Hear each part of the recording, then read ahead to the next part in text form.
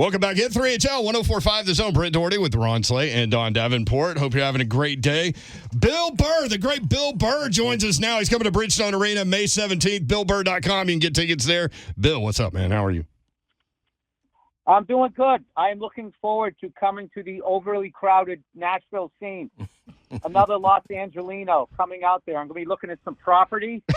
I'm going to redo it in like a ranch style, and then I'm going to have an affected Tennessee accent while I go to brunch. Do you get to Nashville? The coffee isn't as good. Do you get to Nashville much, man? Well, I used to work Comedy Zone there, so I would Brian Dorfman. I went there. I've been there a lot. Like one of my favorite low-key things in Nashville is on an old Pontiac dealership. They still have that Art Deco. What is it? The Star Chief? Is that what the first muscle car is? They have the hood ornament they had on the front of it. I love that you know that. Out of all of the things about Nashville, that's where we get. Not like the bachelorette capital of the world and all the drunk people on the Pedal Tavern rolling around downtown Nashville. You go with hood ornament. No, those are all tourists. I look at that. I like the older stuff. Yeah, I don't like those. Every city's starting to look the same. It's just a bunch of empty glass towers for people to wash their money in. But we keep blaming the color of ties, so we'll see how that keeps working. At Bill Burr on X, BillBurr.com, again, the website. I'm curious, man. Let's start from the beginning, if you don't mind. Like, at one point in your life did you think, comedy, that's my career, that's my future? Well, it seemed a million miles away. It was the only thing I was good at because I tried construction, landscaping, warehousing, sales. I sucked at everything. I didn't have the gift. I mean, I was smart enough that I could be not get fired, but I wasn't going to be a standout. I was on special teams on all of those jobs. So, but then when I started comedy, the internet was not a thing. And so show business seemed like a million miles away. And I just happened to be working with this guy in a warehouse, and he was into stand-up the way I was. And he was like, Bill, we're as funny as these guys. And he said, one of these days I'm going to take a shot at Jack Daniels and go on stage. And then I realized, oh my God, there's a comedy scene in Boston. Like, I had no idea. And that was a life-changing moment. So I just worked my way towards that, and thank God I did that. All right. Oh my God, I would have been a loser. I was really not good at anything. Bill Burr with us on 3HL. Do you remember your first stand-up gig, and what were you feeling as you walked on stage for the first time? I was really excited. I was nervous as hell. I was supposed to do 5 minutes. I only did 3. I couldn't remember what I was going to say. I always tell young kids that are starting out, I'm like, the first 10, 15 times you do it, it's not about how you did. It's just having the nerve to go up there when they call your name, and then you figure stuff out as you go. But no, I mean, I got a couple of laughs here or there, but I just knew that I had found what I was supposed to do, which was great because, I was almost 24, and that sounds like a kid now, but when you are almost 24 and kids are 2 years out of college and they all seem to have a major and a career they're going after, and you're still going part-time, paying your way through college, unloading trucks, you really start feeling like, oh man, I'm that guy. I'm going to be that town drunk. So fortunately that didn't happen. So when did you know that you were good? Like, when did you hit that moment where you're like, oh, I'm pretty damn good at this, but I can make people laugh? Well, there's different stages. It was like, I knew I was a good open micer, and then I knew that I was good enough to be a host, and then I knew I was good enough to be a middle act, and then I didn't really think I was good enough to be a headliner. That was something you just had to learn. You had to just say you were a headliner to people that booked hell rooms in the middle of nowhere, and then go in there and try to hang on for dear life for 45 minutes, and then you learned how to do that. So with each step, then there's being able to do a club, being as good as an A-room comedy club, being a theater act, arena, the whole thing. Yeah. So who were some of maybe your favorite comedians or stand-up guys back then? Man, I loved everyone from my dad's generation all the way through all the younger guys that were young when I was coming up. Like anyone from Don Rickles, Dean Martin, Jerry Lewis, all of those guys, right through Carlin and Pryor, Lily Tomlin, Joan Rivers, Cheech and Chong, Seinfeld, Dice, Yes. Kinnison. I loved them all. Like if they were good, and I liked all the different styles. I love Foster Brooks, where he just did like that drunk character. I like any and So all of funny. that stuff. So funny. Bill Burr with us on 3HL. He's going to be at Bridgestone Arena on May 17th. You're not going to want to miss him. Bill, what's the deal with the F is for family? Can we get that back? I was told specifically to ask you about that. But, are we going to get that back at any point?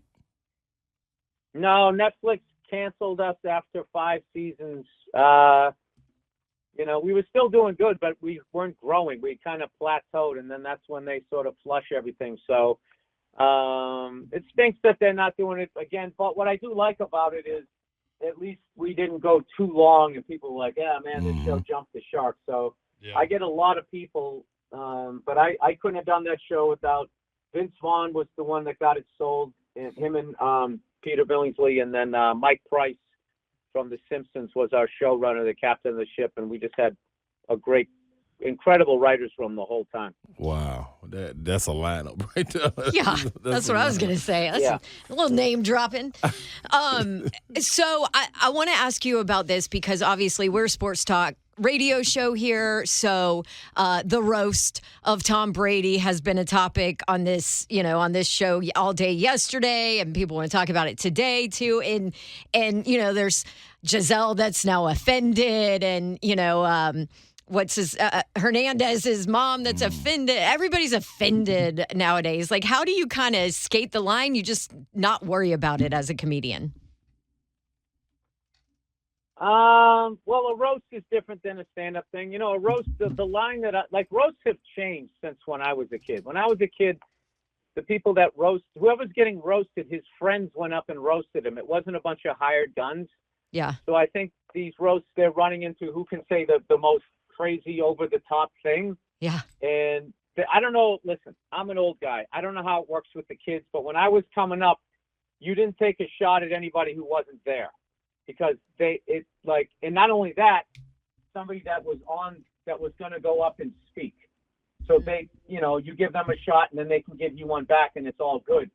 I learned that the hard way when I went on one time late on a roast and I just made fun of this other comedian because I had nothing else. And then he got all pissed. What are you coming at me? Because then it comes off as personal. So So that's what they're getting offended by. That isn't necessarily this is this new thing where everybody gets offended. It's one of those things where they're sort of when I was growing up, if you hit a home run, you ran around the bases. You didn't stand there looking at it or the next guy got hit. Now that doesn't happen in baseball. So I'm looking at roast Aaron Hernandez is not there or whatever. Right. So you go that way, and it's that's not one of those, oh my God, these snowflakes, which I love that expression. This guy's a snowflake, there's a snowflake. Like, people on the left and the right, if they're politically active enough, they're both snowflakes.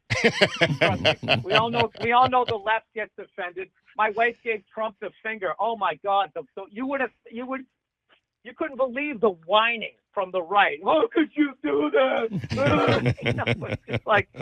It's like the guy's out here quoting Mein Kampf. I think he can handle somebody flipping the bird at him. So anyway, so I didn't see the roast. I was hanging out with my kids.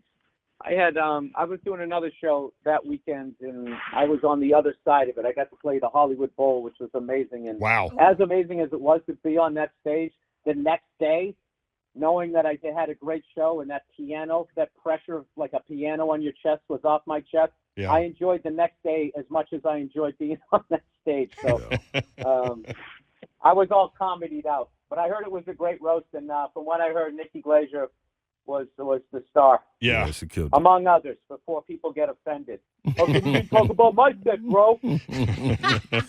Bill, your lead up to this right here, this comedy tour you're on, like how do you get to this point? Do you go out on the open road, do a little practicing in smaller as far as stand up goes, smaller venues, or do you say, you know what, I'm saving it for the tour? Yeah, and I hit it. Let's go to 17,000. Yeah.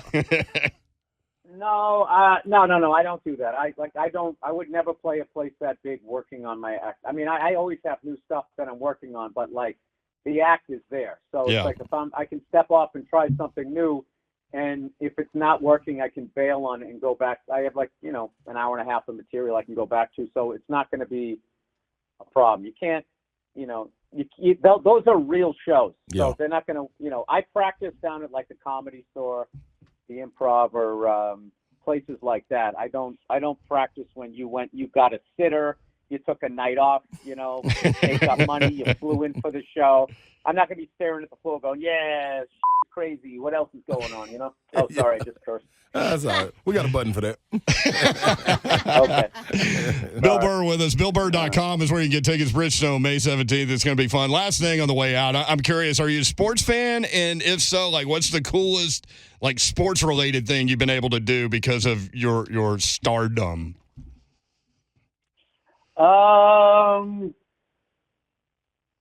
Coolest thing I was able to do, I would probably be just traveling around and scheduling my stand-up gigs so I could go to a home game. I've been to a home game of every team in all four sports except for the Carolina Hurricanes and the Seattle Kraken. Other than that, all the football, all the basketball, all the baseball stadiums. And I got to see a lot of old baseball stadiums, football stadiums in the late 90s, early 2000s as they started tearing them down with the success of Camden Yards and the Jake and stuff like that. But I got to go to, County Stadium, Busch Stadium. I remember going to a Predators game really early on. You guys are some of the best hockey fans in the league, but early on, you guys didn't know how to cheer it on. It was like the second season, and the puck went in the corner, and this lady with this great southern accent just goes, "Squish him!" I had never heard that. I had never heard "squish him" at a hockey game in my life, and I'm like, all right, she understands the concept. She wants him to go in and take the body. I get it. But how about the NHL? After all those years of picking the wrong cities down in the Sun Belt, they crushed with Nashville, Vegas, and now Seattle, and also getting the team back in Winnipeg. Those are all great moves. Awesome, man. Gosh. What a conversation, man. We appreciate it. Can't wait to have you in Nashville, man, and it's going to be a fun show, fun night at Bridgestone. Okay, cool. Sorry about your Predators. I was actually worried I was going to have to cancel my show, and I was rooting for you guys because I still hate the Canucks from the Sandine sisters up there. The Sandine sisters. I don't know if you guys watch hockey. Yeah, no, the Boston-Toronto Game 7, most watched game in the first round in a long, long time. So, really cool. Appreciate you, man. I cannot believe that the Toronto lost again. And then they got to be thinking, like, what do we do now? We've done everything. We've tried new GMs. We've tried new coaches. We've tried new players. They got to be, like, nose blind up there. So, I don't know. I love the Maple Leafs because Montreal Canadiens fans hate them for whatever reason. I think that's a French-Canadian versus English-speaking thing there. But I hate the Canadiens as a Bruins fan. So I root for Toronto. Unless they're playing us. All right, I'm overstaying my welcome. Thank you, guys. There he is, Bill Burr, at Bill Burr, BillBurr.com, Bridgestone, May 17th. More 3 until next on 104.5 The Zone.